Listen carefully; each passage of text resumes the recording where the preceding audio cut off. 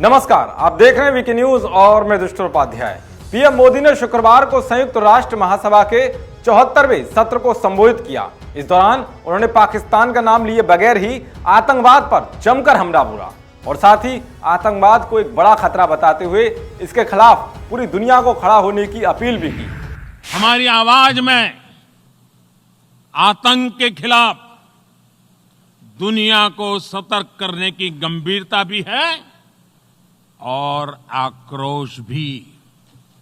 आतंक के नाम पर बटी हुई दुनिया उन सिद्धांतों को ठेस पहुंचाती है जिनके आधार पर यूएन का जन्म हुआ है और इसलिए मानवता की खातिर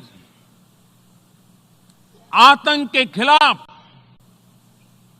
पूरे विश्व का एकमत होना, एकजुट होना मैं अनिवार्य समझता हूं।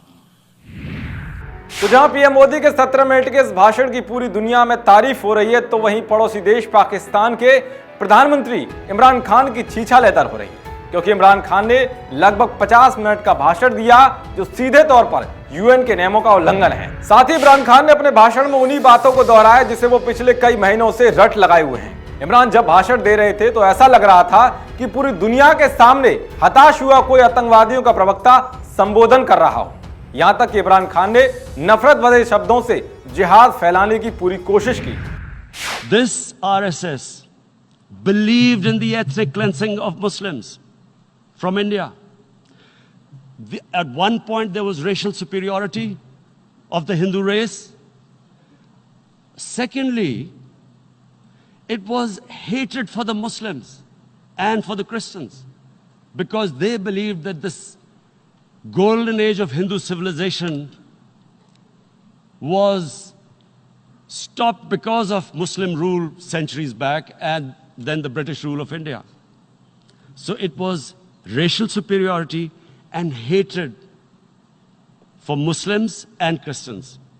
Mr. Narendra Modi is a life member of RSS.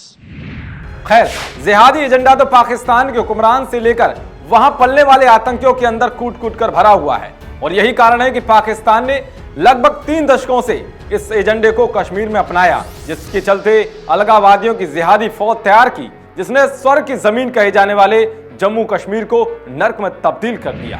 लेकिन अब भारत सरकार ने धारा 370 पर बड़ा फैसला लेकर जिहादी खेती को नष्ट कर दिया है, जिसको लेकर इन दिनों पाकिस्तान बौखलाया हुआ है।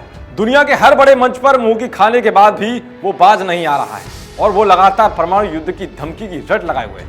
यहां तक कि पाकिस्तान के प्रधानमंत्री इमरान खान ने विश्व की शांति की पहल करने वाले दुनिया के बड़े मंच यूएन में भी अपनी तुच्छ सोच का ही परिचय दिया। इमरान खान ने कश्मीर मुद्दे पर झूठ की गठरी खोलते हुए भारत पर अनाप शनाप आरोप लगाए। यहां तक कि इमरान ने परमाणु युद्ध की धमकी देते हुए यह तक कहा कि अगर कश्मीर पर दुनिया ने दखल नहीं दिया तो परमाणु युद्ध हो जाएगा, जिसका असर पूरी दुनिया पर होगा।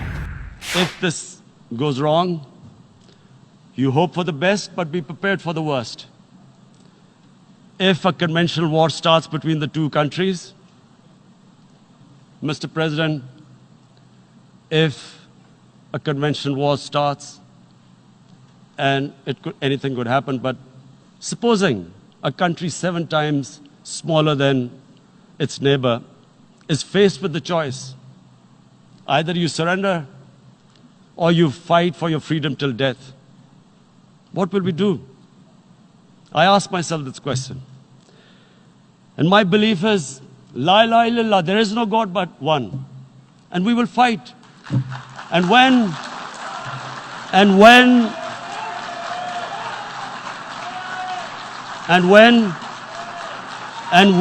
a nuclear armed country fights to the end, it will have consequences far beyond the borders. It will have consequences for the world, which is why I repeat I'm here. वैसे इमरान खान ने परमाणु युद्ध वाली ये धमकी पहली बार नहीं दी है, बल्कि इससे पहले भी वो कई बार दे चुके हैं। मगर विश्व शांति के इस बड़े मंच पर इस तरह की हरकत करना ये दर्शाता है कि पाकिस्तान कभी भी नहीं सुधर सकता। आतंकवाद पैदा करना और दहशतगर्दी फैलाना उसका पेशा बन गया है। खैर, जहां इमरान खान ने अपने पूरे भाषण में नफरत फैलाने की कोशिश की, तो वहीं पीएम मोदी ने अपने 70 मिनट के भाषण में दुनिया को शांति का संदेश दिया। पीएम मोदी ने कहा कि हम उस देश के वासी हैं जिसने दुनिया को युद्ध नहीं बुद्ध दिए। यूएन पीस कीपिंग मिशंस में सबसे बड़ा बलिदान अगर किसी देश ने दिया है तो वो देश भारत है। हम उस देश के वासी हैं जिसने दुनिया को युद्ध नहीं बुद्ध दिए हैं, शांति का संदेश दिया है। खैर, इमरान खान को पीएम मोदी से सबक लेना चाहिए, क्योंकि जो अहमियत दुनिया में भारत के प्रधानमंत्री की है वो शायद ही किसी और देश के नेता की होगी। यही कारण है कि जहां भी पीएम मोदी जाते हैं वहां उनका जोरदार स्वागत होता है और सम्मान मिलता है, और जहां इमरान खान जाते हैं वहां सिर्फ और सिर्फ बेइज्जती मिलती है। तो वहीं इमरान ने दुनिया के सामने यूएन में एक बड़ी बेइज्जती करा ली।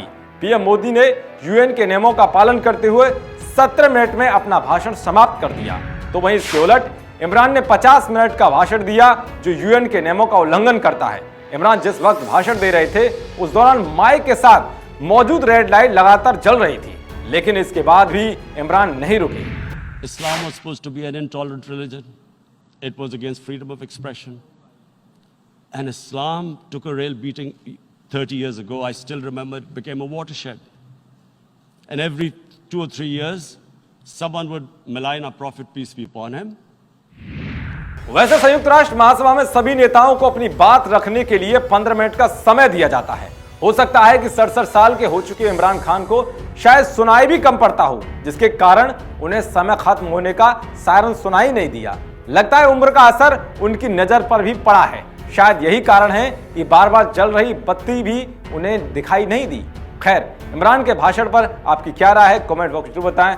देश और दुनिया की तमाम खबर को पाने के लिए देखते रहिए वीके न्यूज। शुक्रिया।